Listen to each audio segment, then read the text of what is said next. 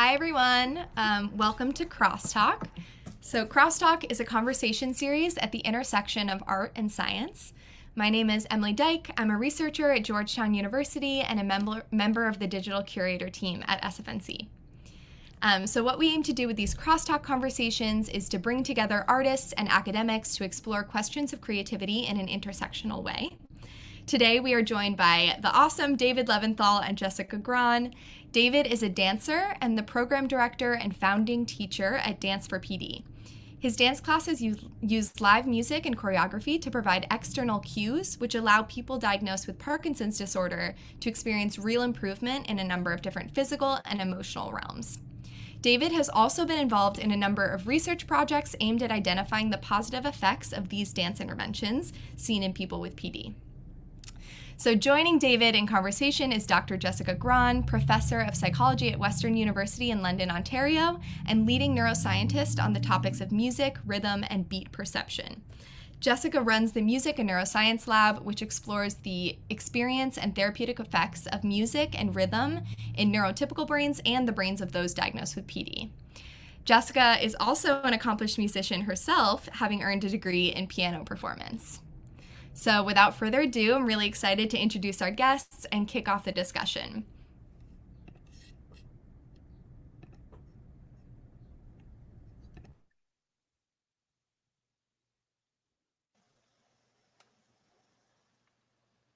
It's great to be here. Thank you so much for having us. Indeed. This is a pleasure. Who wants to start? Well, Jessica, I'm really fascinated by your research, but I'm really interested in hearing a bit more about how you make connections between your work as a pianist, as a musician, and your interest in music and the neuroscience of music. Sort of, are those separate for you, or Yeah. when you're practicing, are you thinking about what's going on in your brain? Yeah, this is actually very much how I got into this, was not intended at all to be combined. So I had a really strong neuroscience interest, even like in junior high and high school. I just thought the brain was cool, which I think a lot of people can relate to. And I was doing a lot of music, piano, and I also played cello in a lot of orchestras, which I actually preferred to some degree, but I definitely didn't have the chops to go do undergraduate level training in cello. So I stuck with piano for that. And I did a double degree, in part because I couldn't choose, because I didn't really know which I wanted to do. And by the end of that double degree, a couple things became very clear. One was that I was not going to make it as a professional pianist. There was no way I was going to put in those hours, and I did not have the talent required. And I didn't really want to be a teacher. I wasn't a good sight reader, so accompanying and a lot of those things were kind of out of the question. And it became clear too that a lot of the most interesting things I found in my neuroscience classes were things that I thought, I wonder if I can apply this as a hack in my practicing. So being a night owl, I had a tendency to stay up too late anyway. And then it was like, if I practice right before bed, that's going to help consolidation of this musical memory. And so there definitely were early links like that. And even the initial part of my PhD, where I was really interested in doing skill learning. So how do we develop these crazy motor memories? How do they work?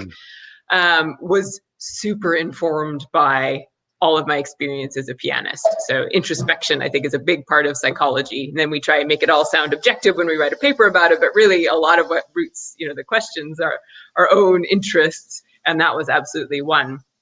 And so that sort of transitioned over time into learning about rhythm, in part because that was where my advisor and I found a more natural fit of both of our interests, to look at how rhythm is represented in the brain. But it was not intended to be together, but I think, like so many things that happen in life, you have these interests and then suddenly they have a way of joining up with each other. So in my daily life, I definitely am thinking about how I should have practiced more, because we know that would have enhanced the connections that I could be using right now.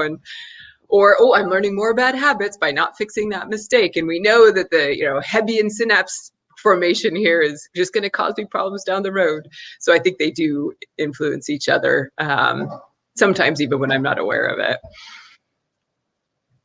And when you started out, did you start out investigating the therapeutic effects of music, or did you start more generally and sort of like why we move to music, what's happening in there, and then start to understand sort of the therapeutic outcomes that we're doing? Right. It was sort of like so many of these things, a bit of a circle. So the starting to study, okay, what is going on with rhythm and how is it that we move to rhythms? Well, the beat is really important. So the rhythm is a sort of pattern of durations that you have, and like William Tell is an iconic rhythm. Da, da, da, da, da, da, da, da, da, da. Everybody recognizes that. But they don't tend to move to each of the individual onsets of that. That would be a bit weird and a bit fast. So they tend to extract this equally spaced, at least in our culture, in Western culture, underlying beat. And that's what we move to. And so part of the reason I was interested in the beat was my advisor at the time was an fMRI methods person. So a lot of neuroimaging stats, but he had done training as a neurologist. And he just thought this idea of the external cueing that Parkinson's patients sometimes found useful to be really interesting. And he was really curious about then how the beat, which seems to be so important for that cue for them, would relate to the movement system, and in particular the movement system in Parkinson's disease, because, well, if it's helping them, what is it doing?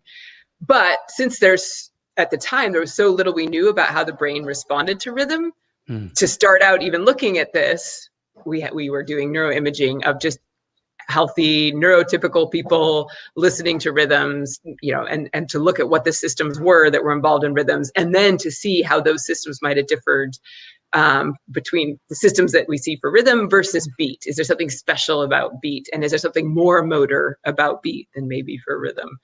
So yeah, and then of course, now it's part of my interest is going back and saying, okay, how can we optimize music and rhythm for Parkinson's patients? And can we use what we know about the brain systems that we found to either target these therapies more accurately or, enhance what's actually working? And part of what I'm interested in is, okay, well, what are the brain systems that underlie this effect? And can we use what we know about these brain systems to inform what we should be doing behaviorally? And for that, I think it's really unclear right now whether the brain systems that are tapped into by a sort of steady beat that help Parkinson's patients, whether that's really any different than what happens for healthy people, or it's the same mechanism, but it happens to be useful if you have a problem with movement. And so it might actually be the same underlying thing. Do you this is kind of cutting right in there, but do you see a difference on the fMRI in a Parkinson's brain listening to music versus a non-Parkinson's brain? This is a great question. We've actually done very few Parkinson's imaging studies because of the fact that we want to get it right in healthy participants, so that we have a sense of, okay, what is it we're going to look for here? Because we'll definitely see differences. And what I want to make sure is that these differences these are differences that are pertinent to everything. So this is a global difference in the way a brain of a person with Parkinson's responds versus ones that are specific to what we're interested in. But we have been trying to do a bit of piloting, for example, rigging up things where we can look at virtual walking in the scanner and say, okay, now when we do this virtual walking, and again, this is an interesting question, even in people who don't have Parkinson's, what are the brain connections? For example, what systems are now interacting with the movement system? Like, is the auditory system suddenly on fire, or the reward system really getting in there when you're listening to music that changes your movement versus when you're listening to music that, like, it's nice music, you might even like it and get that same reward activity, but it doesn't make you want to move, and that difference. So these are the sorts of things I get really excited by, because ultimately I'm interested in the brain. Jessica, I thought now would be a good time for Madeline to share one of the slides that you have in your PowerPoint that kind of overviews some of the regions of the brain that you look at when people are listening to music and perceiving beat. So Madeline, if you wouldn't mind just sharing that slide. And then Jessica, you can sort of talk about those brain regions and how they relate to your research. Yeah, absolutely. So this is a picture with brain activity overlaid from one of the first studies I did looking at people listening to rhythm. And you can see the left side of the screen shows a picture of someone's head as if you just like removed the forehead and you're staring straight on. So you've got the supplementary motor area, bilateral premotor cortex, auditory cortex, not surprisingly because you're hearing sound, and then the putamen, key part of the basal ganglia, which we know is obviously really important for Parkinson's disease. And then on the other side, you just see the cerebellum, which is on a separate slice because it's hard to find a way of showing all of these things at the same time. And these are areas that respond when people are listening to rhythm, even when they're not actually making a movement. So this was another thing for us that was super relevant. And I'm sure is relevant to the sort of dance for PD stuff too, that what's going on when we listen, even if we're not actually moving, still is quite motor. Now, if you're completely passive listening, the area in some of these motor areas, or the activity in some of these motor areas is a little bit lower, but not dramatically so. And so we really see that so much of the brain that responds when listening to a rhythm is the motor network. And obviously with the basal ganglia, that relationship to Parkinson's was really interesting to us. And one of the things is that when we look at what areas really respond the most to the beat, so all of these areas respond to rhythms, whether you can feel a beat in them quite easily or actually the beat is a bit difficult. But when you can really lock into that beat, then we really start to see the basal ganglia, the putamen come online. And to some extent, the supplementary motor area, which we know is heavily interconnected with the basal ganglia. So there seems to be this system that is also very motor. We don't see huge reliable differences in auditory cortex when people can feel a beat, but in this medial motor system. So yeah, how this system looks in patients with Parkinson's, and particularly how it changes, because we know, like for example, the interactions between the motor areas and the auditory areas are stronger when people are hearing rhythms that have a beat compared to ones that don't. So is this the case for Parkinson's patients? And here we don't see reward stuff, because in this study, people are listening to beeps, basically, bum, ba, ba, ba, ba, ba, ba, ba, nothing exciting. But you can get that beat just as clearly out of a stimulus you really enjoy. And arguably, you're much more likely to spontaneously move to the music that you actually enjoy, which leads me to a question that I had for you, which is how do you go about selecting what people are listening to in these dance for PD? I mean, I'm curious generally what a session looks like. I've not attended one, but also how do you make that? You have a whole world of music out there. How do you know what will work? Oh, you're muted. There we go. The majority of our classes pre-COVID had live music. So in that situation, our pianists and in some cases drummers were really reading the room and understanding what people might want to dance to, what people liked, and responding to those tastes in the moment. And of course, with live music, you not only have the auditory cues, you can feel it through the floor. These are dance studios that are specially built for dancers, and it's this is getting a little technical, but it's a triple basket weave floor. So it's very resilient. It's almost like a drum. So it's particularly for the percussionist, but also for the pianist, you actually hear the beat through the floor. So you're getting not only the sound through your ears, but you're feeling it in your feet. And that's something that really is special about having live music.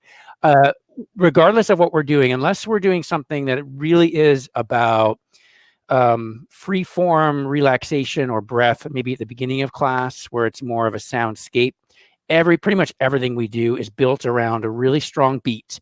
And I would even go further than that. I would say that we're basing what we do on music that has a very defined groove. Groove is used informally as just something that's cool, but I think for us, for dancers and for music researchers, the groove is that thing in the music that propels music forward. It propels the line of music forward. It propels the beat forward. For dancers, it is what propels the step forward.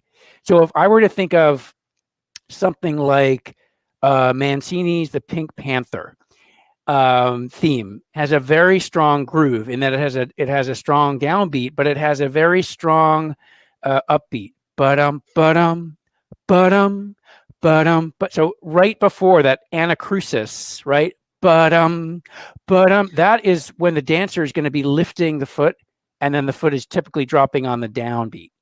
And that's really helpful for our participants who might be lacking some of that internal groove. So they're relying on the music to give them a cue of when to lift their feet and when to drop their feet.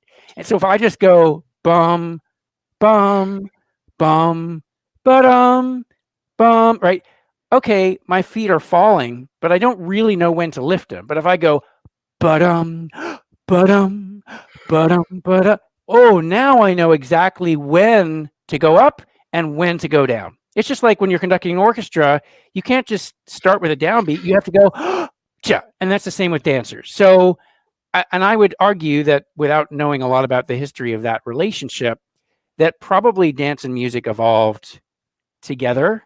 You know, that we were, as soon as we were playing music, because we're so attuned to rhythm, we were also doing something physically that was dance or some ritual related to dance movement.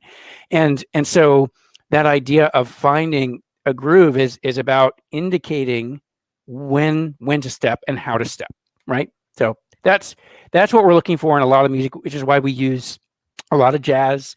We'll use classical music that has a lot of subbeats in it, that again give you that sense of groove, of propulsion.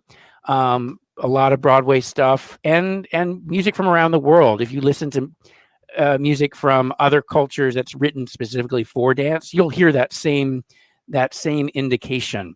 So it's not just about the downbeat. There's a lot of other information in there. David, I thought this would be a great time to share one of the videos that you sent me. David sent some incredible videos, and one kind of shows a little overview of one of his dance classes. So this can kind of give a context for what he's talking about and give you guys an image of what one of David's dance classes looks like. So Madeline, if you wouldn't mind sharing the beginning of that video to minute 3, that would be great.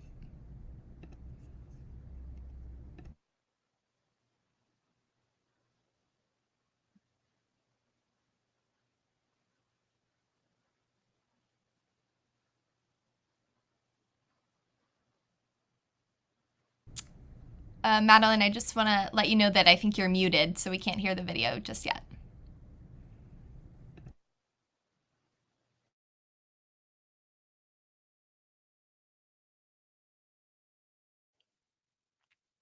So I can just speak for a sec while we're getting the sound up. This is an excerpt from a film called Capturing Grace, which is a documentary that filmmaker Dave Iverson made about our program, really in response to Jessica's question about what happens in our class. This is taking the class, but actually building towards a performance. So we worked with our group to rehearse, listening to the same music week after week and getting more and more confident in how we were moving to that music, and then performing for the public. So this is just the very beginning of that film.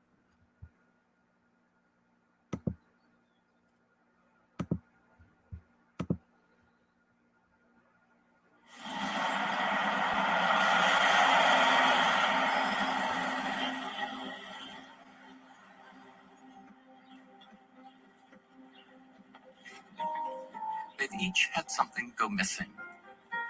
Steadiness of hand or sureness of step.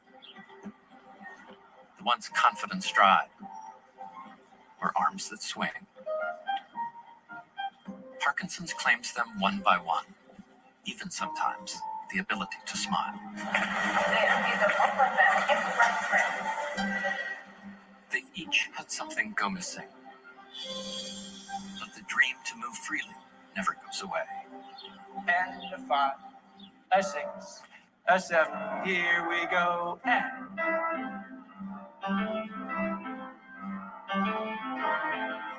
Really emphasizing your plie here, so you're kind of staying low.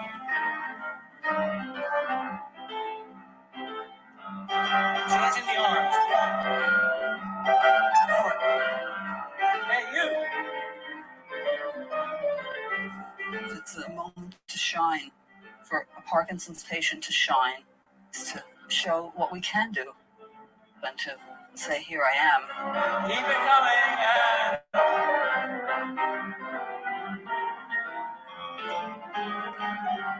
There's a joy that I get from moving around. This is an opportunity to dance, and I like to dance. To be able to fly in a organized pattern.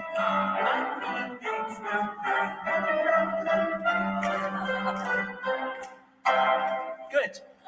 Let's transition into rehearsal. I believe Dance gives people an opportunity to experience what it's like to move with grace and to move with power and to move with passion. You can do things that you didn't think you could do. And once you relax and let the body take over, it will go.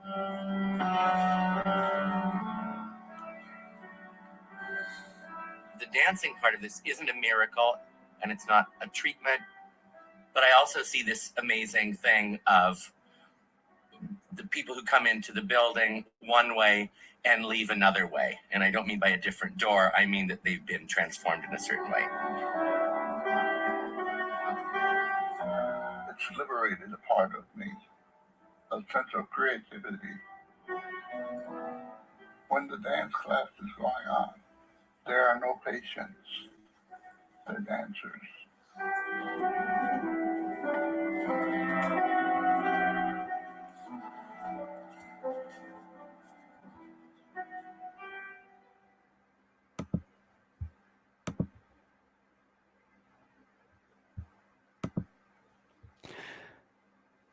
So interestingly enough, there were two really strong examples of music in that clip.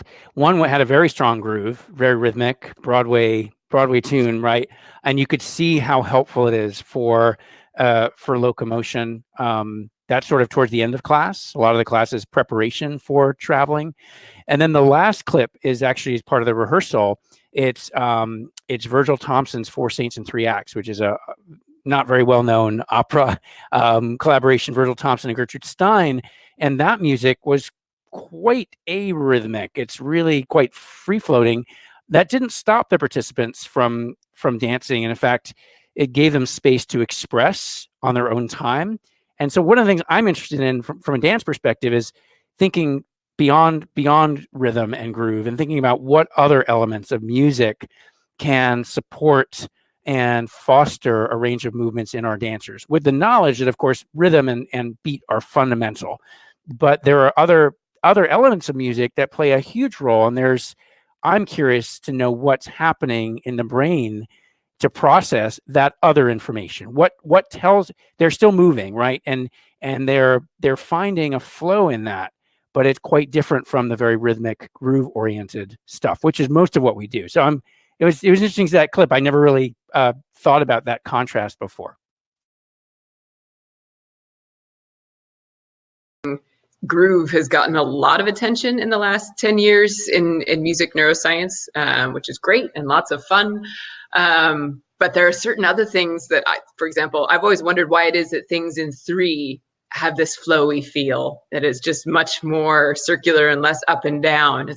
Why should that be? And you can come up with all sorts of ideas about, it's related to the way that we walk, and that, we're really, duple in so much of the way we do, our movements. And so that the triple is really takes us off, that duple thing. But why? Anyway, so I think there's a lot we don't know about that sort of stuff. Other than certainly, yes, reward related things like those. You don't have to have great rhythm and groove to really enjoy a piece of music. And it was interesting when you said earlier about music and dance and basically being like this. And I remember listening to a talk several years ago now where somebody said, actually, there's this really interesting phenomenon in certain cultures that live more like how we probably did when music evolved, where sort of more hunter-gatherer, they don't have different words for music and dance, because the idea that you have one without the other is just bizarre. And it's often also bound up in ritual and ceremony and like status within the group that you're part of, these sorts of roles. So it's not about who's the best musician as much. And I think we have done ourselves a disservice. I have a real soapbox about this, of this like performer consumer culture in Western culture, where it's like, if you are going to dance or produce music, it must be for somebody else's pleasure. And if you're not very good or they're not really going to enjoy it, you don't have the right to inflict that on them. And so many people feel that they aren't very good at it, and it would be egotistical to force other people to listen to my joint music mating, or for me to participate because I'm not very good. And I think it's a huge problem, which is one of the things I really like about these sorts of interventions, where you're sort of reclaiming it a little bit and saying, yes, this is for you. But what we do know about other aspects of music is related to this, that it's a bit embodied. So the reason that fast music sounds energetic is when you have to produce that. Like now we can have a drum machine or whatever, and it can produce something super fast. But in the past, if I had fast music, that meant somebody was moving really fast. So that's really impressive. Or what I find really interesting too, there's some interesting stuff on breath, where because you lose air pressure as you speak, it's harder to produce things that require more air pressure. And if you look at melodies and the way the contour of pitches go, they often tend to conform to this, where we have a lot more falling lines, where like as my air pressure is reduced, I go lower in pitch, because high pitches require a lot of air pressure to produce. But we don't have very many like, huh? That's just not as common in the way that we speak or in the way that we sing, because it goes against these energy gradients. And that's not to say it never happens, but then how we process melodies that have these forms, if something does go against this energy gradient, it really conveys a sense of energy and tension, because again, that in order to produce something that's getting louder as you go higher, without a break, that requires a lot of energy from the person to produce. Or these sort of sad or funereal things. Well, people move slowly when they're sad, and they sigh a lot, and things like that. And it definitely seems to be the case that some of the more universal things that are perceived tap into the embodied nature of music, that our bodies really influence how we produce music, because that is how music was produced. Again, we sort of lose sight of this because now we divorce the process from the human body a lot more, or you can if you want to. But the way that music was structured and the way that it came about was very much shaped by the constraints of our body. And so the perception we have of it is really influenced by that. And that stuff I find fascinating, and feel like there's really not much neuroscience on it, that aspect of things. We have a lot on pitch perception, and if you're good and bad at these things. So it's not that we don't have relevant information here, but not quite so much that sort of linking that stuff to movement the way we have with, beat and rhythm and groove and movement. That's really sort of taken the movement spotlight. So yeah, I wish we knew more. That would be really cool. I think the other, just to tag on to what you said about the sort of, I think Indra used the word tragedy. It is a tragedy that we've kind of separated out, made these hierarchies in music making, and of course in dance making, that you're either here or you shouldn't do it, right? That we've lost the participatory objective and the rewards that come from that. But we've also separated art and medicine in our culture, which in a lot of cultures, there's art that's embedded in healing and medicine practices. Many of the indigenous people in North America still use dance and music as part of traditional healing and health ceremonies, as do many cultures around the world. In Western medicine, we have to come back to it, and we are coming back to it. I mean, there are many affiliates of our program that are now happening in medical centers, in neurology clinics that are offered by hospitals. That's great. There's not enough of it. They're starting to realize that actually we spent so many decades and centuries pressing the art out of science because it's a separate thing. It's not rigorous in the same way. It's not evidence-based. And now we're starting to see an evidence basis for it, and it's starting to trickle back in, but not enough. So I just wanted to make that footnote, because it's interesting to see, in North American culture, as it's been sort of translated from European culture, how those separations have been made, and how Indra said, as tragic they are, how much we're missing from making those separations between watching and performing, between medicine and art. Really, there's a lot more overlap, which is why your work is so important. I hope so. We'll see. It's all the things you do one small study and you think, it's just a tiny drop in the ocean of like what we need to know. So I constantly have this feeling, that, we're missing so much. but this has been a nice thing politically as well, that in the US, NIH has now got this initiative to try and at least deal with this separation and say, okay, no, we want to look at music and health as a bound up thing together and to fund it. And that's really exciting. And being in Canada is nice because there's so many music and neuroscience researchers here that they influence the system. So people are aware of it as a research area. It's not quite as niche as it could be in some countries, and that influences the granting structure. But it's still really hard. Even the fact that the granting structure is this health-based, or is this humanities, or is this basic science? And as soon as you're talking about music and movement, and like, well, it's really all three. And these social things matter. Like, you can't ignore the social context in which a dance intervention takes place. That people are going to have feelings about dancing and whether they're good at dance or what their prior experience is. And that this is really going to influence the effectiveness of your intervention. Even if the basic science part said, oh, this works so well, it's perfect. If it's not perfect, if the implementation relies on, you bucking how society has told you you should behave when it comes to dance. So yeah, that's a big issue. I mean, I think, we have the same challenge in that people say, well, are you a therapy program? Is it dance therapy? Is it physical therapy to music, or is it a dance class? What is this? And I say, well, it's a dance class that has measurable benefits for people with Parkinson's, and those benefits include a number of outcomes on the motor side of things: gait, tremor, balance, functional mobility, but also on the non-motor side. And that's a place where music also plays a role, because it impacts mood.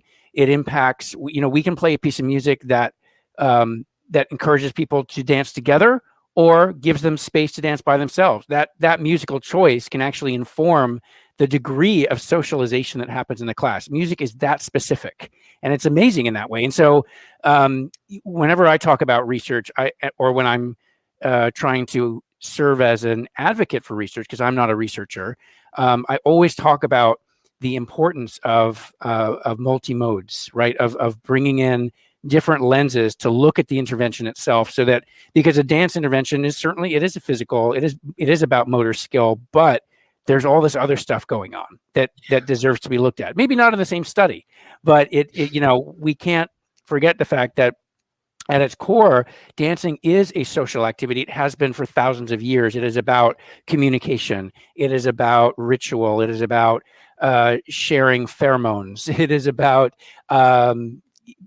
mating. So all of these things come into the dance setting. We can't ignore that, and we need to acknowledge that those elements are benefits, that we can feature some of those elements to bring people closer, to give people a sense of connection, and that in turn actually motivates people on the motor side. If you are engaged socially, if you are engaged emotionally, you're going to try harder because there's more reward for you. You're going to come back to that class. From a clinical standpoint, we have a very high adherence rate because it's a pleasurable activity. People like moving to music, even when they have Parkinson's, and maybe especially when they have Parkinson's, because it is one of the few areas where they derive pleasure from moving their bodies. But some of the motivation for that is social motivation. It's like, I want to dance with my friends. Oh, and there's great outcomes in terms of balance. So it's they're not necessarily coming for the balance exercise. They're coming to be with their comrades. Yeah. David, I would love to share. There's a beautiful case study that David shared a video with me. So Madeline, if you're able to share your screen and share the video about Cindy. It's just a great case example of all of the physical and emotional benefits that you're talking about from your dance classes. And then I would love to hear more about your collaboration in research after as well, because I know you don't call yourself a researcher, but you have collaborated in some important research related to these classes. So I'd love to hear about that after.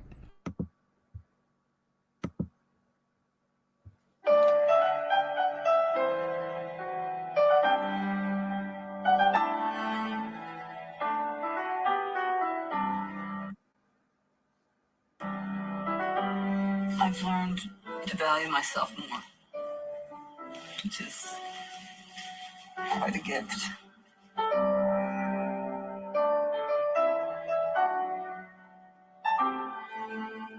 When I'm slumping, I say to myself, I'm a dancer.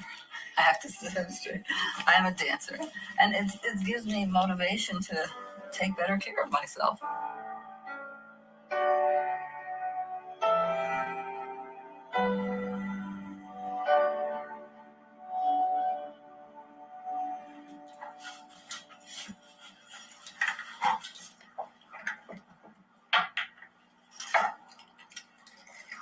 When the medicine is working, I can almost do everything. It's just that the amounts of time there get shorter and shorter when it functions. Parkinson's forces you to reveal your vulnerabilities. You know, otherwise people mostly try to put on their best face, their best appearance. You know, I'm going out in public, I have to put on this and that, and I have to put my overcoat, button it up tight. Well, you can't, if you're going with Parkinson's and you can't button it, you're revealed, you know, there's no way about it. What happens to me when my feet feel like glue and they're stuck on the floor? I sometimes cannot walk, but I can dance. If I can, I know I can give you an example. Should I start? Yeah. Well, for example, right now I'm off. You can see my hand is shaking. I have the tremor. And if I try to walk, I have a great deal of difficulty. I can walk a little bit, but if I pretend I'm dancing, I can go.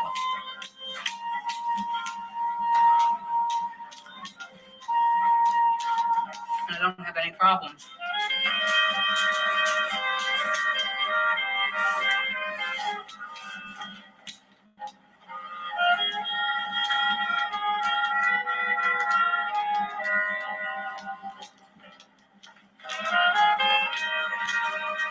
The music leads. In other words, it's not my brain telling me to take a step or to do this or do that. The music is leading me. So I'm like following this wonderful leader who's so mysterious and has such a lovely sound, and it's going to take me to some other place. What is that other place?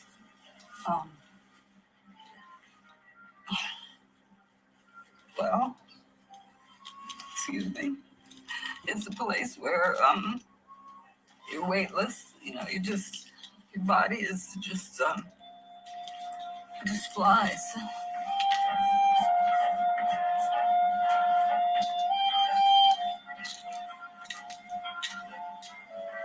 It doesn't tug at you, tug you and pull you and push you and have you in these knots where you can't move and you can't think and you're struggling and fighting. It just, you go above that.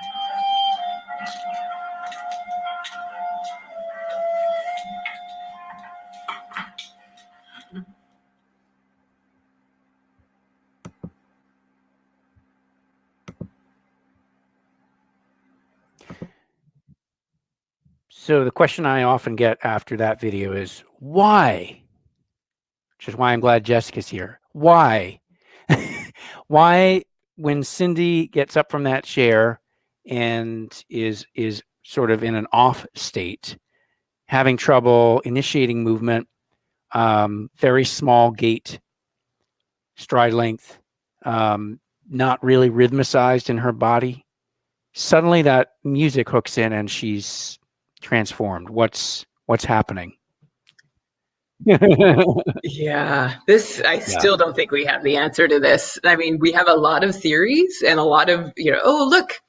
So one idea is that, okay, you have this dysfunctional medial motor system, the basal ganglion SMA, which we know is involved in internally generated movements. That's something's wrong there. But we know we've got a lot of other motor structures and maybe the premotor cortex and the cerebellum, which really respond to external cues more. Maybe what music does is help tap that external, system that's still intact, and it can help inform movement. But there's a lot that I think doesn't fit with that. in part that like, well, it doesn't have to be a metronome. Like, I think sometimes music can be even more effective, although metronomes work. But a metronome would indeed be the clearest possible cue you could give someone about, although I like your point about the upbeat being informative about two aspects of the movement. And this is an interesting thing that I don't think has been very explored formally in looking at, music interventions or rhythm interventions, and looking at how that systematically affects music movement. But the other thing that I think is difficult about that explanation is that if you look at urge to move to music and feeling like, okay, I'm doing a different kind of movement, it's freer, and the music or imagining the music is really helping trigger this, you really don't see strong relationships between somebody's ability to accurately find that beat, which if it's all about a cue, it really you need to be good at finding that cue. People who have terrible time finding an accurate, like, where is the beat here, still love to dance to music. Not uniformly, but like there doesn't really seem to be a strong association between your, beat perception ability and how much you rate something as I want, that helps me make move. There's some interactions, but it's small. And again, this is one of the things we're really interested in with Parkinson's patients. Okay, if we assess your beat perception ability and say, where are you on this spectrum? Because everybody is on a spectrum of this. It's a very wide distribution of your ability to feel the beat. Will that predict your response? And there are a couple studies that suggest it does, although most of us, or most of the studies, if you're using music, it can be a little trickier because music can either obscure the beat more or make it really easy because you've got lots and lots of emphasis on where the beat is. But in general, the effects are small. And there's definitely something we're not accounting for that isn't related to how good you are at feeling the beat that seems to be driving whether you get a patient who comes in, or again, we see similar effects with people who don't have Parkinson's. You say walk to music, and some people walk faster and increase that stride length and go for it, and other people are like, meh, this really doesn't do anything for me. And we see exactly the same in patients where some people, this really speaks to them, or the mood change that happens very clearly, or they really do feel more smooth and relaxed in their movements. But there are plenty of patients where that just doesn't seem to be the case. At least, again, we're in a sort of lab-based, we have none of the benefits you're talking about of, I guess, social interaction and all of these other things that like make what you're doing so much more well-rounded. But if you're just trying to isolate, okay, how does music affect movement in a gait lab?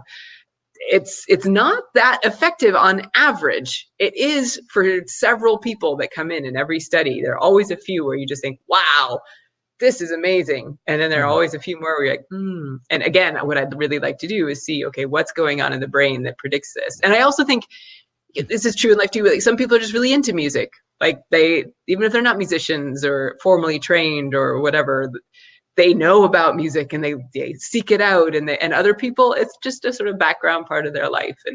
And again, we don't really take that into account in a lot of these like more scientific studies where we're trying to isolate something. And I think we miss a lot because of that.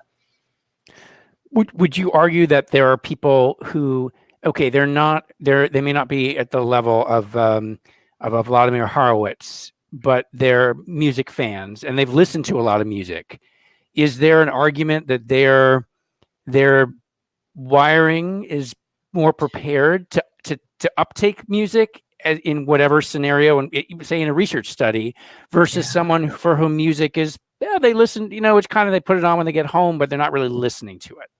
Yeah, this is a great question. And we have these indices now that have been developed to look at what they call musical sophistication. So basically, how into it are you in all the other ways that we can measure this that are not related to music production and playing an instrument.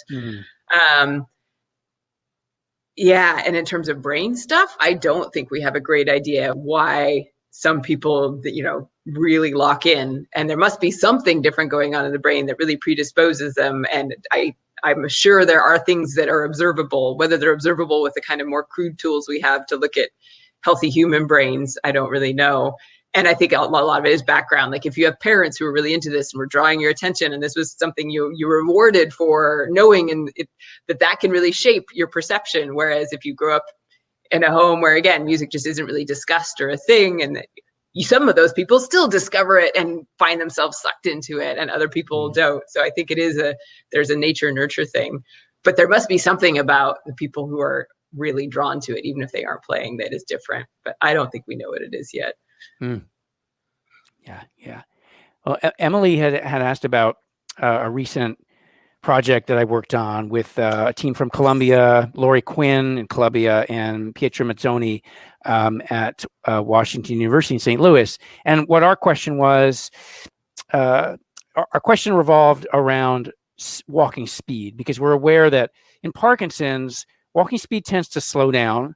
And in that slowing down, individuals tend to reset what is normal for them. I don't really like using the word normal, because I think there's a certain amount of prejudice there, but I'm going to use that term because there's sort of a new normal. People walk more slowly, and that becomes set as their internal speed. And we wanted to know whether we could use dance as a way of increasing that internal speed, internally embodied, versus a traditional method, which might be having someone walk on a treadmill for 30 minutes. Our idea was that by participating in dance, which probably we'd hoped promotes more reward and more engagement and more learning, that new speed, the faster speed, would be embedded more deeply and would be remembered by the body and the brain longer, right? So when somebody, after they've done that intervention for 10 weeks, if you were to measure them again 3 months later, would their internal speed have changed because they've danced that change rather than just treadmilled that change? So that was the kind of the working model. It was a fascinating project because it was the first time that we'd focused on really one activity, right? We'd taken away a lot of the other aspects of the dance class, and we decided to create, it wasn't really a class, it was more like a progression, all geared towards walking. And walking at a specific speed and walking with expression. Because if you're just walking around, it's kind of an exercise intervention. What makes it dance? Well, the thing that made it dance was that we were doing expressive walking. We were walking with certain characterizations, personalities, moods. There was angry walking. There was joyful walking, to try to get at speed through expression, speed through improvisation, speed through music. So we haven't gotten to the control yet. We just wanted to see whether we could actually, and the other tricky thing is how to measure walking speed without somebody knowing that that's what we're measuring. Because as soon as you do that, you have that effect, the sort of somebody tries to perform. Well, I'm going to try to walk faster for the doctor. I'm going to try to walk faster for the researcher, right? So how do you measure that objectively? Anyways, a really interesting project. We got some good outcomes. In fact, at least in the dance intervention, we did get some increased speed in walking through the rehearsal and performance of this walking dance. And we're looking forward to kind of continuing on with that project. But is that something that you've looked at in terms of the relationship between musical engagement and a specific motor task? Could be walking or something else. Right. And no, we haven't really done that type of thing. And I love this idea that like you're going to consolidate something really differently if you actually engage in it with music. And I think there's a lot of evidence for that indirectly, with kids and many other domains where like, okay, you're going to get a much deeper engagement with it and it's more likely to stick because of it. And the many roots in that you also are using that, okay, I've got an emotional response to this, and walking expressively is like, I love this. That's really interesting. No, and we haven't done much like that. We've done a few things where we try to manipulate, for example, how much does someone really enjoy this music and how much effect does that really have? But when we're doing that, we're trying to tease that apart from things like, how much does this music make you want to move? And usually those things are very bound up. And so it's an interesting scientific question. What happens? What are they doing independently? But probably you want to do both, because why not have something you really enjoy in addition to something that we know is effective, like making you move. And then we try and separate these things out. It's often the case that, okay, the enjoyment didn't really make a big difference here, in part because maybe we're not picking the most enjoyed music that people, really, really like, because that also is the music they want to move to the most. So if we really want to tease these things apart, then you're going to have to use something that's like still pretty enjoyed, but not massively. So we look at things like that, where it's like, okay, how can we use these other things that music can do to us? Oops. Looks like we lost Jessica for a minute there. I'll join you on stage, David. I'll replace Jessica for a moment. Well, now's actually a really great time to take some questions from the audience. I thought that Madeline asked a really great question. Just a reminder to all that you can ask questions. You can either write them in the chat and I can read them aloud, or you can ask a question in the Ask a Question section on the bottom of your screen. So I'm just going to read Madeline's aloud. So she read that some interesting work suggesting that Parkinson's medication sometimes creates an urge to create in some patients. So a sudden strong interest in painting, perhaps due to the sudden surge in dopamine. So she was wondering what you think this connection could be. So is this urge to create in Parkinson's patients somewhat rare, and could it also explain an increased interest and expression through movement? So I don't know if you know much about the medication, but what do you think in terms of your students? Do you see this like increased urge in expressing something in a creative way? I'm certainly familiar with some of the research on this phenomenon. It is a recognized and measured phenomenon. It is something that happens. I'm not going to get into the neurochemistry of it. It is related to dopamine, from what I've read. What I see is a very strong creative urge to engage in some kind of creative pursuit. For a lot of people, that actually does come out through dance, because in our program, that is their primary outlet for creativity, although not the exclusive one. We have a number of painters in our group. We have some musicians. I would say all of them have found an uptick in their creative interest and activities. It's hard to say from here we're looking at sort of a social science perspective versus a neuroscience perspective. The neuroscience perspective might say, yes, there are changes in brain chemistry that are prompting this. From a social science perspective, we might find that as Parkinson's, which is a disease of subtraction, takes away more and more, that people hold on to things that give them agency and control and a sense of voice. So it's probably a combination of both working together. But it is something absolutely that happens so much to a degree that in our last performance project, we had one piece that was kind of co-choreographed by our participants. They had so much interest in playing a creative role, not just being given choreography to do, but actually creating their own. And we also had people create the costumes for that piece, design the costumes and create music. So we respond to that by creating opportunities. And I think that's something that is a big part of our program. But it was a surprise to us, because I think we think Parkinson's, everything kind of slows down, turns down. Certainly with creativity, that is not true. I know also we've talked in the past about some of the ways that you organize your classes, and you had talked about having students create storylines or creating storylines for them, or some kind of intention in the dance. So I think that's just another example of how you're weaving creativity into this, and how that the creativity aspect of your dance classes has that healing effect and that motivating effect for these participants.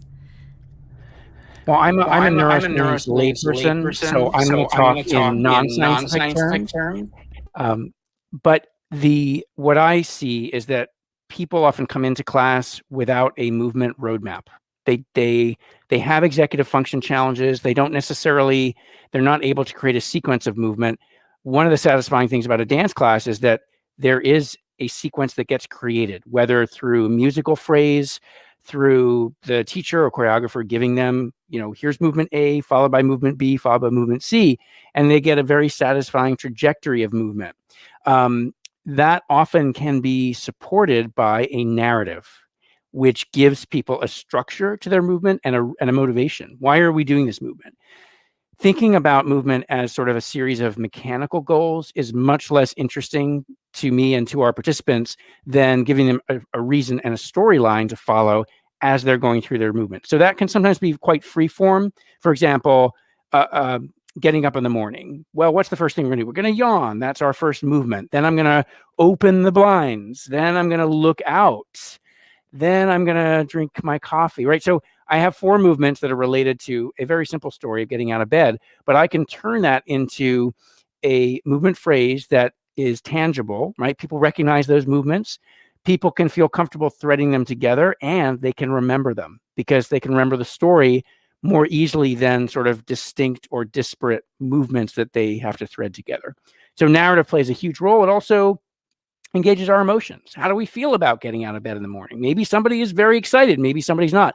There's room in class for people to bring their own voice and their own emotion and expressive capacity into that. So story and narrative are very, very strong elements. The interesting thing, of course, is that, as Walter Pater said, the great art historian, he said, all art aspires to the condition of music.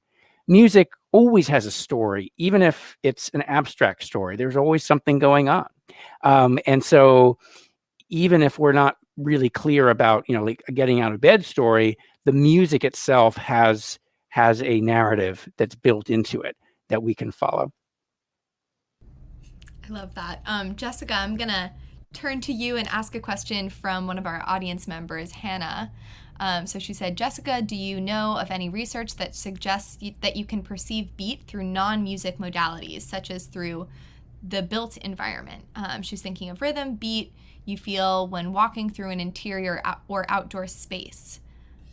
So that's the first part of the question. Yeah, that was. So we're not nearly as good at it outside the auditory domain, but we definitely do. And if you've ever watched a graphic equalizer go up and down on a now digital, presumably, piece of equipment, you can really get a sense of, oh yeah, this is music that I'm listening to versus just somebody speaking. And we know, for example, with Parkinson's patients, again, for some patients, having a regularity along the path that they're walking, so trying to step on painted lines is one sort of classic thing that people have used to try and help give them cues. And for some patients, again, that's really effective. Like, okay, I'm just putting my foot to this next line here. But it's interesting, the idea when you talk about from the built environment, because I don't think there is very much stuff looking at that. Certainly we perceive the regularity. Whether it's using the same sorts of systems that we use when we listen to a beat in music is unclear, because the sort of spatial unfolding of regularity as you move through space is just not very well studied. It's not easy to isolate what's going on. It involves people moving, and then you don't know if the movement is contaminating whatever it is you're observing if you're doing a neuroimaging type study. But it wouldn't surprise me if that would be helpful, given we know that visual lines, which we might not say we perceive a beat in the same way, but we certainly see that it's regular. If that's useful in Parkinson's, it wouldn't surprise me if it could be useful in the built environment as well. It's a really interesting idea, actually, that you could maybe redesign, or with a simple paint job, for example, change your built up environment to induce some regularities that would actually be helpful.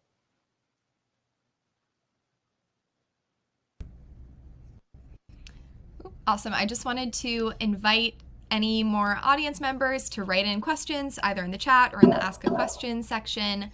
And while we wait for that, I'm going to take this opportunity to ask my own question to Jessica. So this is just something I'm curious about. This is sort of related to Hannah's question. Have you conducted any research on whether there are differing effects, either in emotional or cognitive responses, between instrumental music and music with lyrics? I know that almost all of the examples that you guys presented today is just instrumental music, and I'm wondering if those either are amplified with lyrics or diminished, or if there's just different effects overall. Yeah, this is a great question. So a lot of the studies we do, because we don't want to deal with reviewer comments that are like, oh, but it could be the lyrics, or what's the effect of lyrics? We just ignore that. So we only look at the non-lyrical stuff, which I don't think is necessarily helpful. The times that we have, for example, when we're just piloting, use music with and without lyrics, I don't think you could say on average it makes very much difference, but I think for some people it really changes their response to the music. And I am not a lyrics person. I so many times have this experience of saying like, oh, I really like this song, and then because I've said this, being self-conscious and listening to what the song's actually about, and then being horrified that I ever liked this song that has terrible messages or whatever. And I think the same is true for some people, where it's just like they're not really processing the lyrics as such anyway, so they don't really get affected one way or the other. But for other people, I think you can absolutely enhance the enjoyment of the music or enhance the emotional response that you have, that, oh, this is a message I can really relate to, or this is a message of empowerment or strength or, you know, togetherness, or something that could amplify the effects of the intervention itself. And I don't think these effects, certainly from a cognitive neuroscience perspective, are very well studied at all, because most people are looking at controlling confounds. And because the responses will be individual, you then have a whole mess trying to figure out, okay, how can I assess what these individual responses are and how that's related to the lyrics and what that predicts for the overall, say, gait outcome, in a way where I get enough data that I can say something meaningful, rather than, well, one person thought this and had this reaction, and another person had this and had this reaction.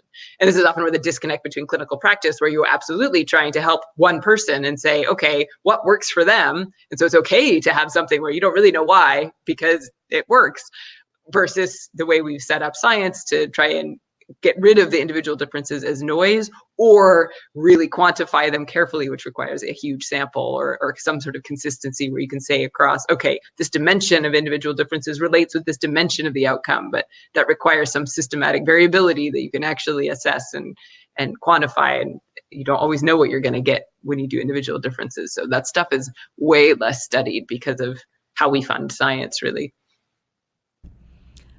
And then just to kind of turn it over to David, the same type of question. Do you find that people are either improving more in your classes or experiencing more joy in the classes? Have you seen any difference between the instrumental music that you guys play or the music with lyrics? Well, this is a very interesting question, because before we went on Zoom 100% with our classes, we were using, in our program, we're using live music. So all of the music may exist in the world with lyrics, but in class, it is just the instrumental. It's with piano. However, on top of that, people in our class would sing along while they're dancing. So that's a different dimension entirely, because now people are coordinating their physical movements with voice and breath and enunciation, and they're doing that all together. And we know from some preliminary research done at Washington University, again by the team there, that when someone with Parkinson's is asked to walk and talk, that kind of dual tasking is quite challenging. However, when they're asked to walk and sing, that is not so much of a contradiction or dual task.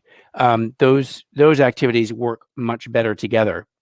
And so we encourage our participants to actually sing along if they know the words, or hum along, for a couple reasons. We feel it engages them more in the music and listening to the music.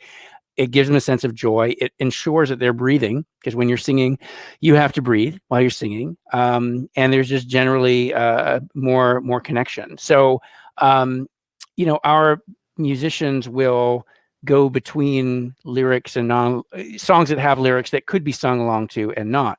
In the Zoom environment, where I'm using much more recorded music, I do tend to go with Jessica, and then I'm using primarily instrumental music.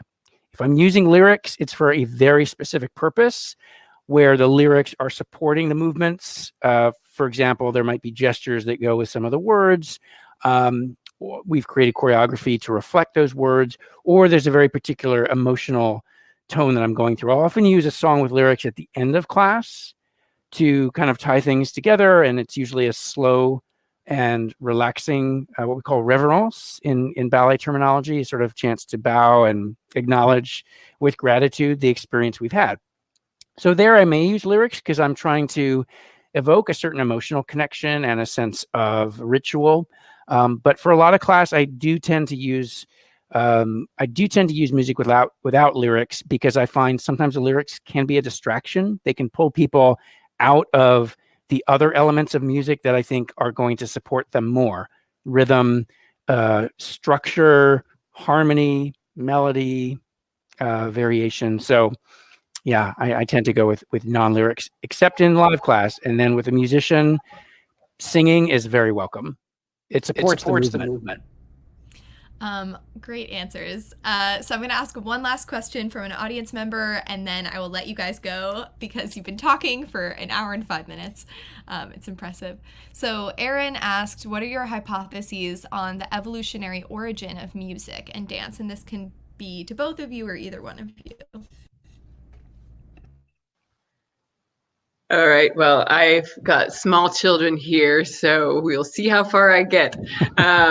I personally don't have any strong theories, but it's really fun to read this literature because there is a lot of stuff to mine. So one idea, just piggybacking on language, right? Language has clear evolutionary benefits, and the sort of tight auditory motor coupling you need to be successful in your language is also going to be useful for music. The reward you get from learning language is obviously evolutionarily beneficial because then you communicate. So same system just getting tapped into by music.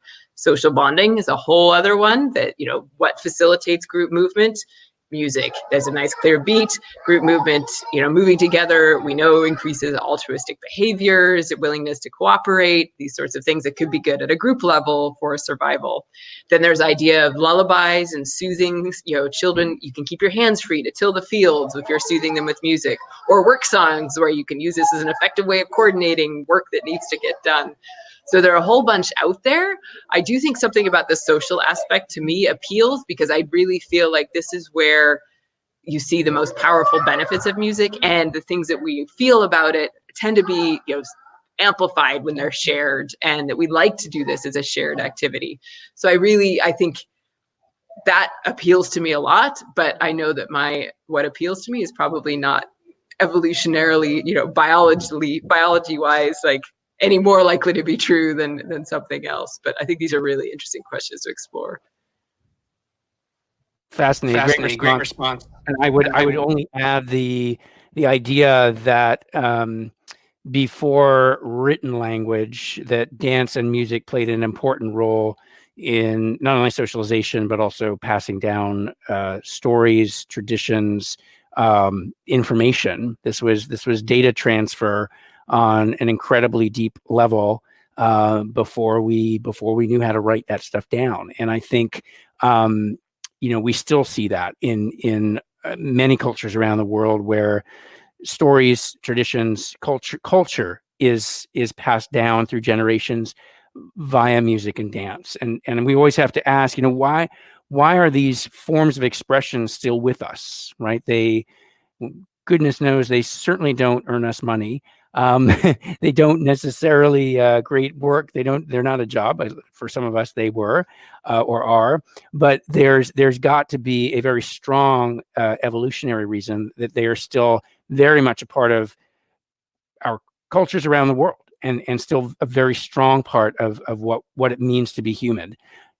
And I think a big part of that is the hypotheses that Jessica mentioned, as well as this idea of kind of passing down stories, passing down values, and passing down ways that we communicate with each other. Even though we now have written word and texting, et cetera, there's still an embodiment that happens in dance and music that has played an important role in the past and will continue to play an important role. It's why we still dance and we still go to see dance. Awesome. Well, thank you guys both for participating.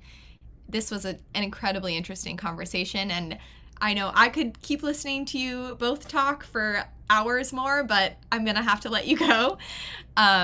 Thanks again for joining us, and thank you everyone in the audience for joining today. Hope to see you guys at the next CrossTalk. Our pleasure. Thanks so much. Yes, indeed. Thank you. That was really fun.